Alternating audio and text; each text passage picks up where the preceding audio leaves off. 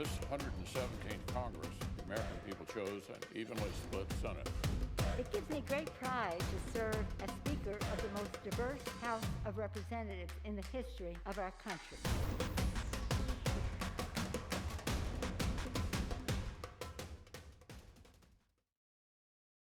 Hi, I'm Jacqueline Alemany, the author of the Washington Post's early morning newsletter, Power Up, and a congressional correspondent. Welcome to another one of our series, 117th Congress. Our guests this morning are co-chairs of the Problem Solvers Caucus, Congressman Josh Gottheimer, a Democrat from New Jersey, and Congressman Brian Fitzpatrick, a Republican from Pennsylvania. Welcome so much to Washington Post Live, gentlemen. Thanks for joining us. Thanks for having us. Thanks, Jacqueline. We keep hearing bipartisanship is dead in Washington and that it's one of the most hyper-partisan times in our country's history, really. Is that perception reality? Who wants to start? Whoever you want. You want me to take that, Josh? Go ahead, Fitz. All right. Well, Jacqueline, yes, I think that statement is true. I think two things are simultaneously true. Number one, we do have, at least in my lifetime, the most divisive political climate and perhaps the most divisive Congress. But I will also say that we also have the largest block of centrists that I've seen, at least in a long time. In our caucus, as you're aware, we have 58 members, 29 Democrats, 29 Republicans. It's the largest that our caucus has ever been, the Problem Solvers Caucus, that is. 1-to-1 ratio, Democrat to Republican. And moreover, not only have we grown in size, we've grown in significance because we're taking on even the hot button issues. We're right in the center of heated infrastructure discussions, right in the middle of police reform, right in the middle of immigration. We're going to a lot of places that some would consider politically dangerous because our country needs us to be there right now. So I think both things are true. I think you have a lot of unfortunately a lot of attention misplaced on the wings, the fringe left, fringe right, where it should be where most of the people are, which is where Josh and I are. Yeah, I would just add to that. I think, and Brian captured it really well, that what's going on here is the noise, just keeps getting louder and louder from the wings of the parties, from the extremes. But more and more, you have people coming up to me and to Brian and saying, "Hey, I like what you all are doing over there. You're actually trying to govern and get things done and to put country first. And can I be part of that? Because I came here to actually work, get things done, and move the ball forward."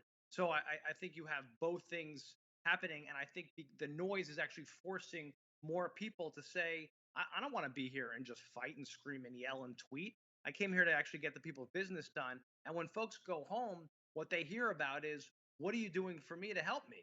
Which, versus, I didn't send you there just to tweet. And I think that's actually, we've hit a low point, but I think we're coming back to a place that we should be at overall.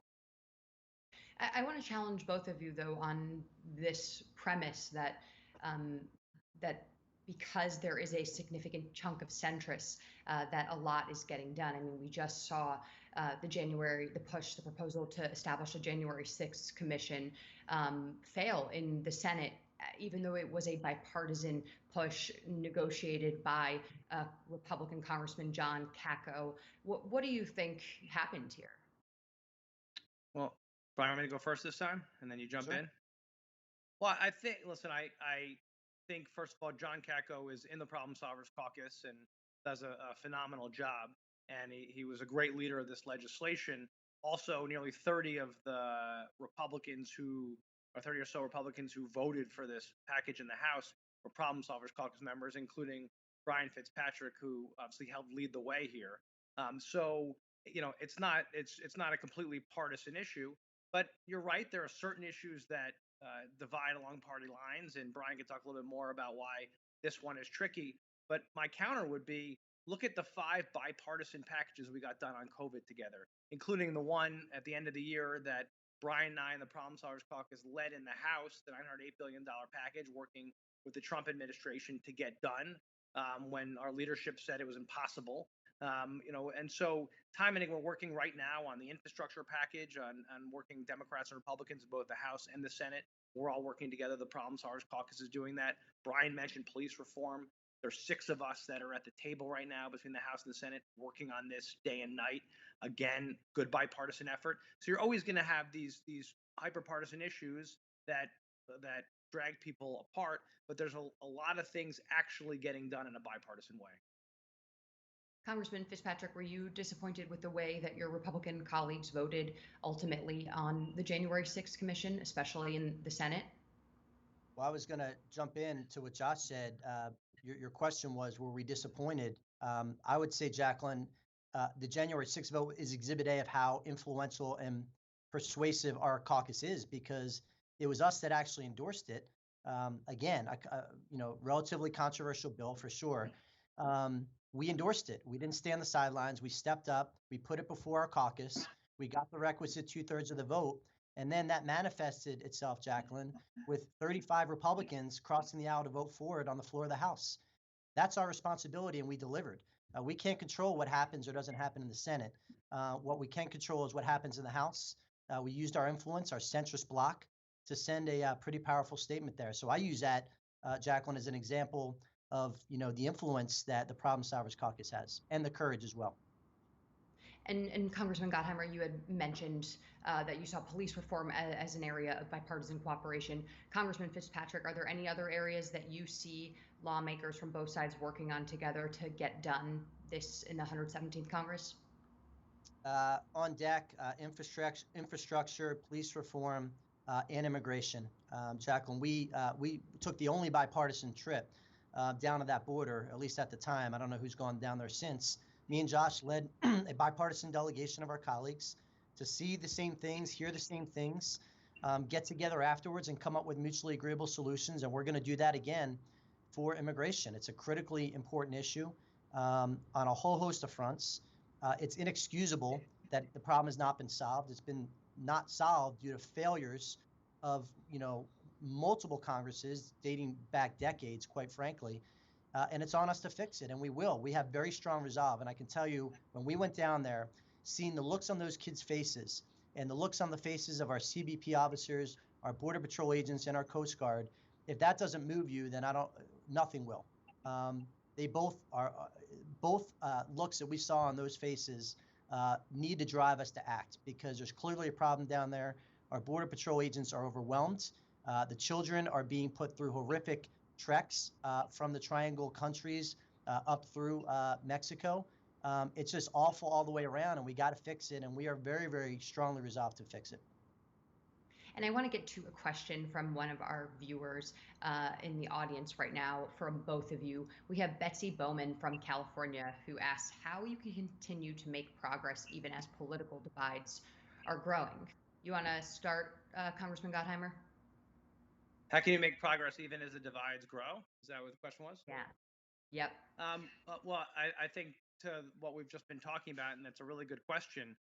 You have to really believe in the mission of staying in the room no matter what, and keeping working toward an end goal. And it's easy to fall into the trap of saying, "Hey, I'm just going to go to the wings. I'm not actually going to extend a hand and try to figure out those places where we can agree." In the Problem Solvers Caucus, our whole mission is when we get to 75% of us agreeing, we stand as a block and agree to vote together and stand together. So that's 58 members of Congress, right? More than 10% of the House of Representatives.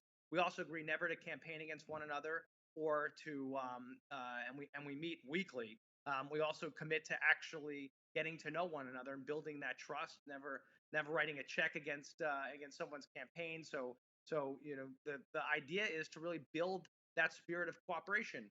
Listen, Brian's a proud Republican. I'm a proud Democrat. We still disagree on plenty, but we really try to do it in the way we're supposed to do it, civilly, right? And I'll tell you, I've built some great friendships by working with Republicans, and as a result, we're willing to talk to one another and work through the issues. Brian and I are on the phone all the time. We had a group last night together on infrastructure of the caucus, working through some of our differences and trying to get there. And then, Brian mentioned some of the bigger things before. We also get together every week and talk about what other pieces of legislation that people might not read about every day, like cancer. And Brian is leading phenomenal legislation to attack childhood cancer and to do more on that front, working with the White House there. We're doing a lot of work on mental health.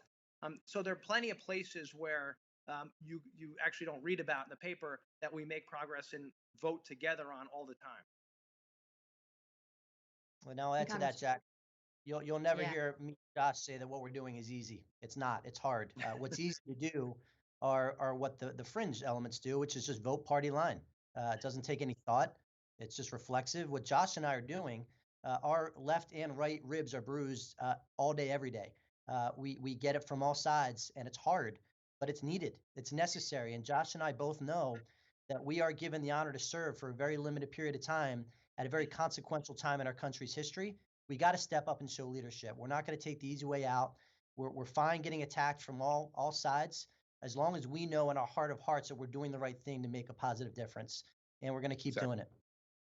It seems like, though, bipartisanship has so far eluded Congress on the big ticket items.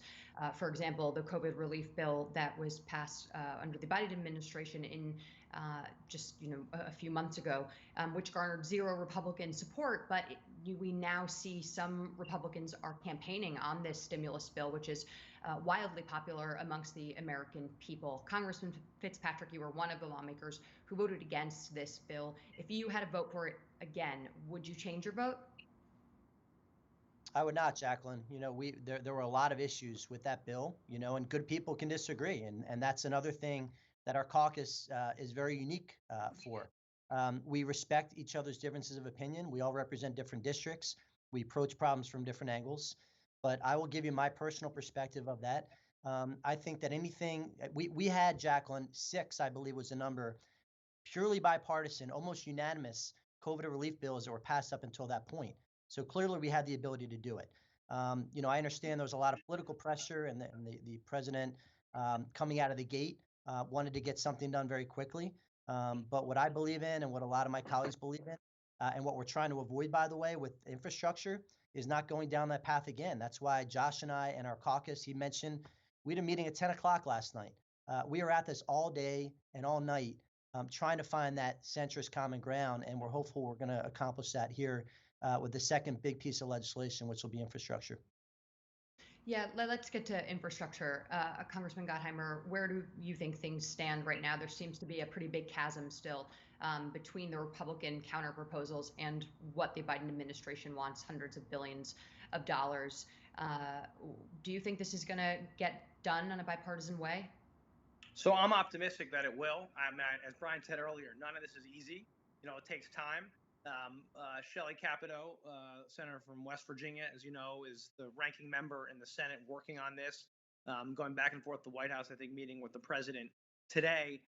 We're also in the Problem Solvers Caucus working with a group of senators, too, and have been now for weeks, on a bipartisan proposal that's bicameral that focuses on the physical infrastructure piece of the president's larger jobs plan.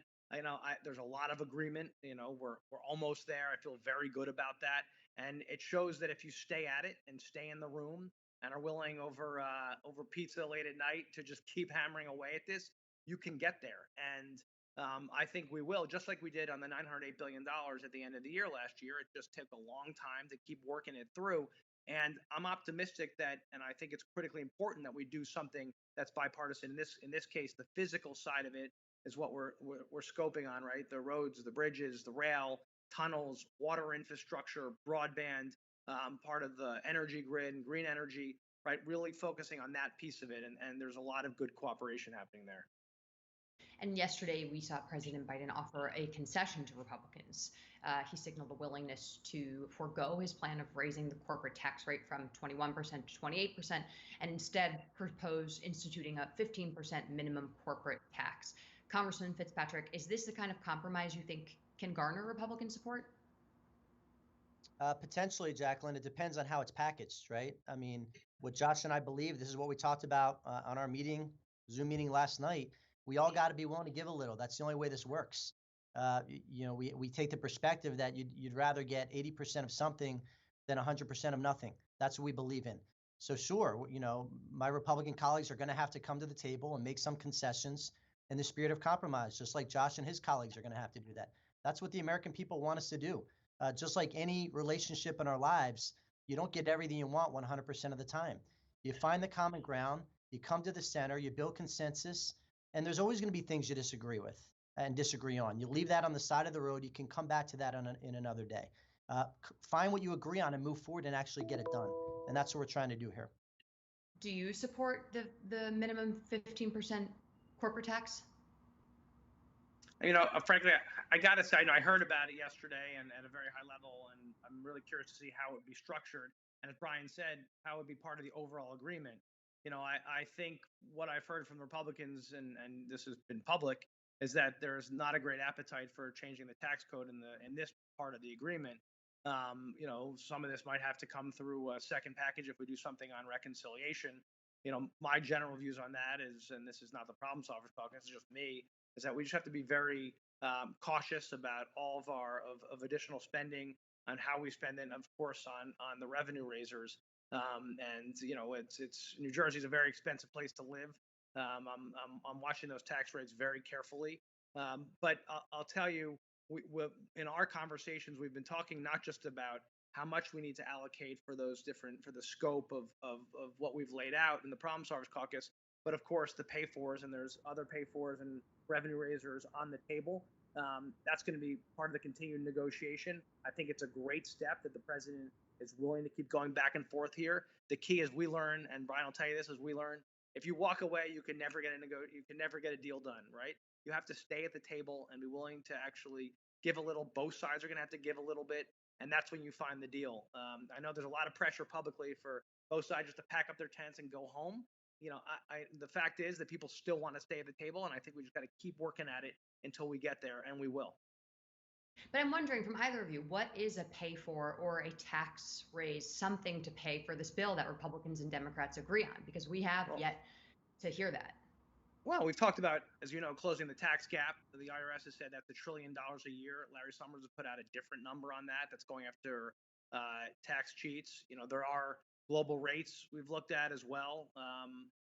There are other user fees. There's public-private partnerships. There's the infrastructure bank. There's a whole host of other ones that we're still working on privately that I don't want to discuss today. Is that the gas tax, which I know your caucus has floated the idea of raising the gas tax? The administration has been pretty clear about not wanting that to be part of any of the pay-fors. I think there's other potential user fees there.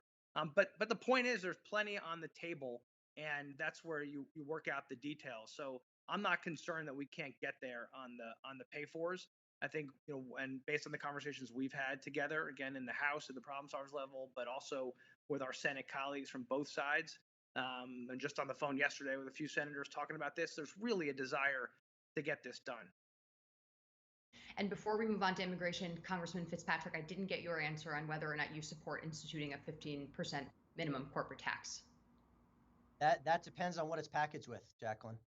Stand alone with nothing else. It's got to be a product of a compromise. So if that's what's necessary in exchange for making this more of a true infrastructure bill, physical, traditional infrastructure, that's over a reasonable period of time, that's going to invest the right amounts in the right buckets, for example, on broadband, that are going to allow us to be competitive with a nation like China. You got to look at the whole package. It's impossible to answer any of these questions standalone. On the topic of revenue raisers, Josh hit it right on the head. You have your traditional user fees. My personal view of the gas tax is that's a regressive tax. The bill that I actually introduced, Jacqueline, is carbon pricing that would completely repeal the gas tax, because I believe that you ought to tax things you want less of, not what you want more of. If we want less pollution, we ought to tax pollution. In fact, we started the hashtag tax pollution, not profits. That's something we should all want to get behind. Vehicle miles traveled, taxing batteries for electric vehicles upon installation and amortizing them over the life of the vehicle. Josh mentioned P3s. There's a whole toolbox, a whole kit that we can employ, but it's going to be a product of negotiations with me and Josh and Joe Manchin and Kirsten Sinema and Bill Cassidy and so many of our colleagues. And we got to come up with a package that we will agree to, and we're very, very close to that. And both of you have, as you mentioned earlier in the session, visited the southern border in Texas. Congressman Fitzpatrick, you've said that the caucus is going to shift its priority to immigration once the infrastructure package has been voted on. What did you see at the border, and what bipartisan solutions do you think are possible on immigration? Yeah, Jacqueline. Well, one of the many things Josh and I have in common, we love and support our law enforcement, and we love our nation's children, and we love the world's children. When Josh and I went down there, we had a little kid. Josh, I don't know if he was 5 years old, cutest kid you would ever see in your life. So cute, He, that kid. he would not stop hugging Josh and I, and it would just break your heart. Just an adorable kid. And you look at the look on their face, and it just breaks your heart. And then you look at the Border Patrol agent who's walking us around the facilities, and they look so tired and dejected because they're being asked to be humanitarian workers, which they're not trained to do. We've got to fix this, Jacqueline. And this is one issue that I get really upset about because we know what's needed to fix it. We need to come together around two principles. Number one, and in no particular order, we are a nation of the rule of law, and a nation has an obligation to defend and protect their borders. And second is we're a nation of immigrants. Our country was built on immigrants, like my grandfather and grandparents who came in through Ellis Island from Ireland. That's what made America great is immigration, but it was legal immigration. We know what we need to do to fix this.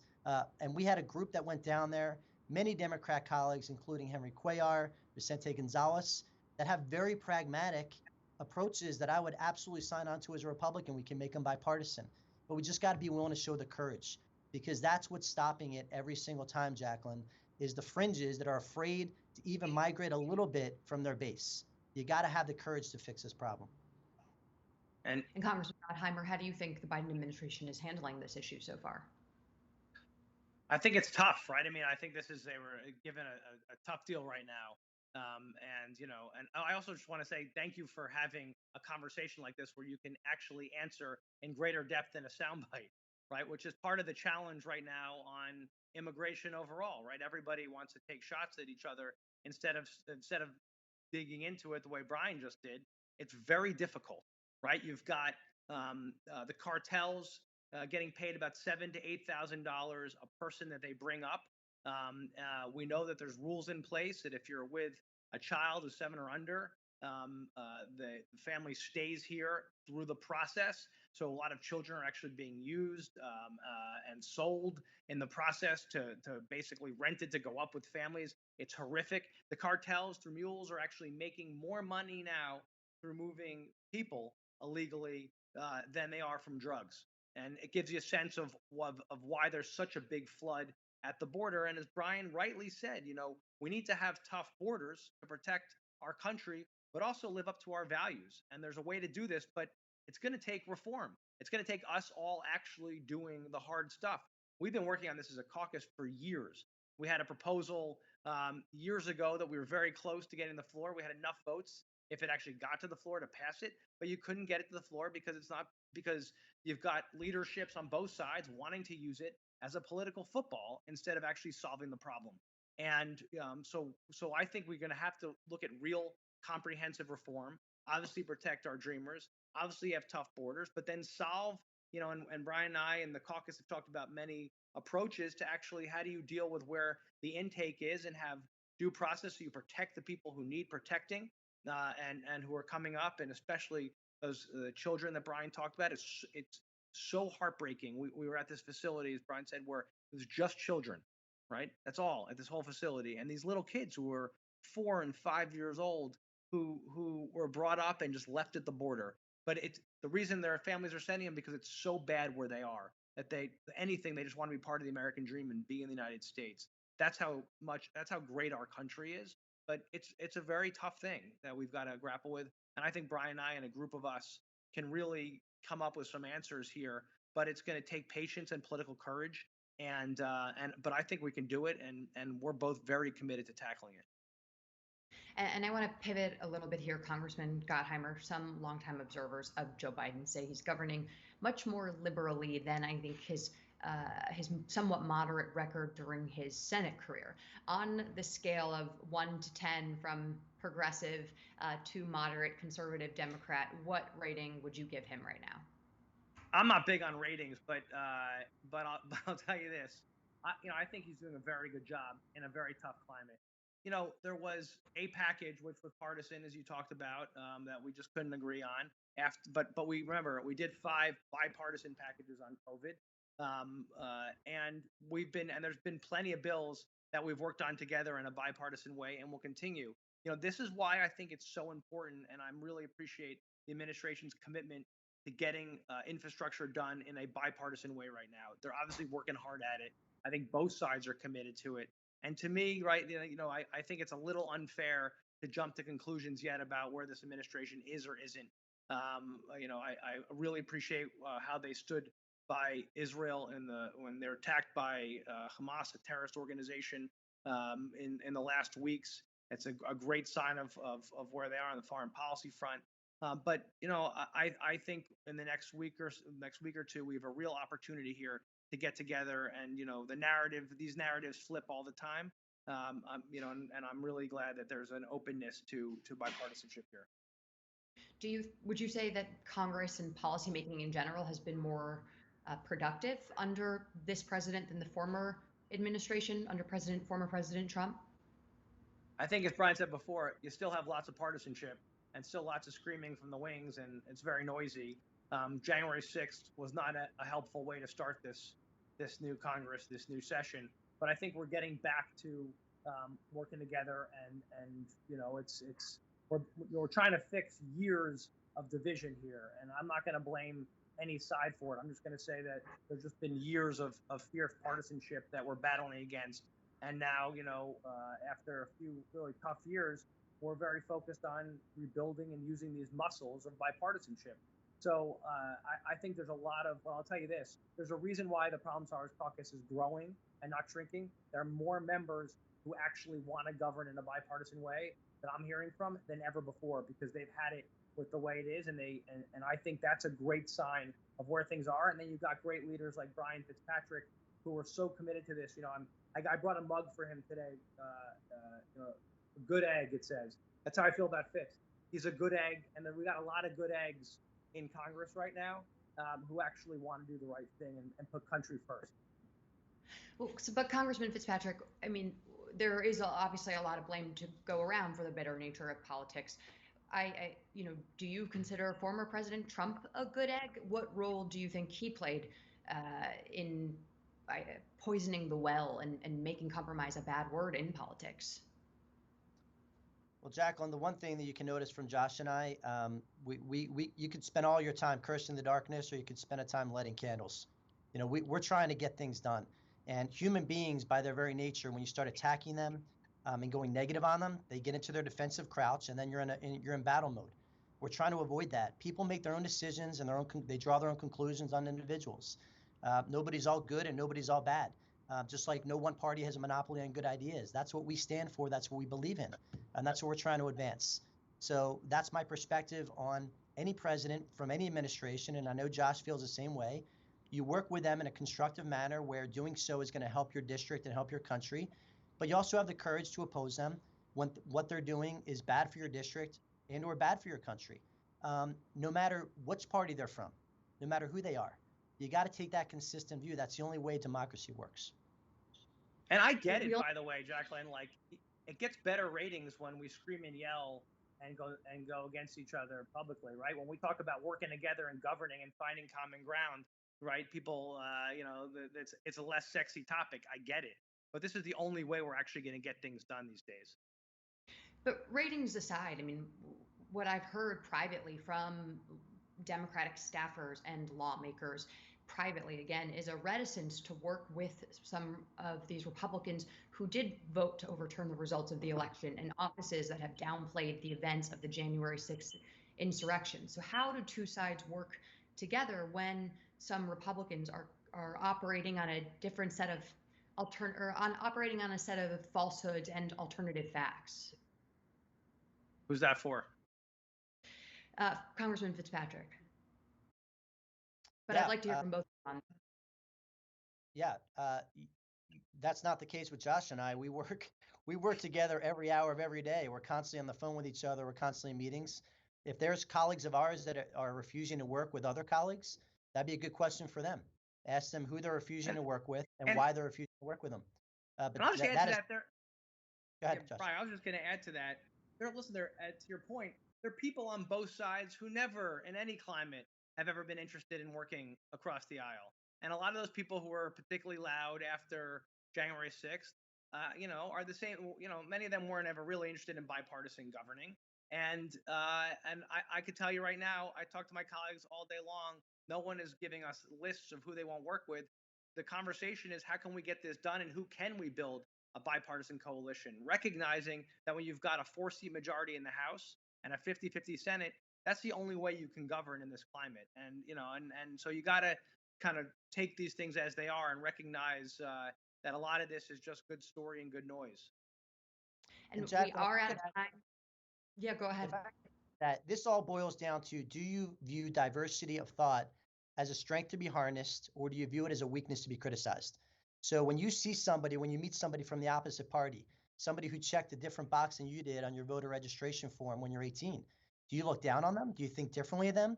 Or do you say, you know what, I want to spend time with this person and understand how they think and what they have to contribute to the conversation? That's what we believe in, and that's what our country needs.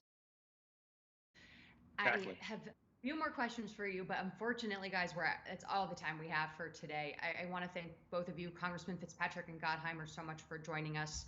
And I hope to see you both again soon. Thanks. Have hope, everyone. Don't worry. Thank you, Jacqueline. We appreciate your time. Thanks, Jacqueline. See you, Josh.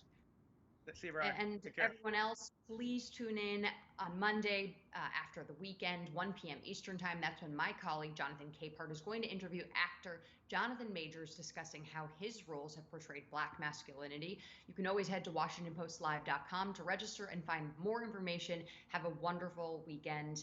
Thanks for joining.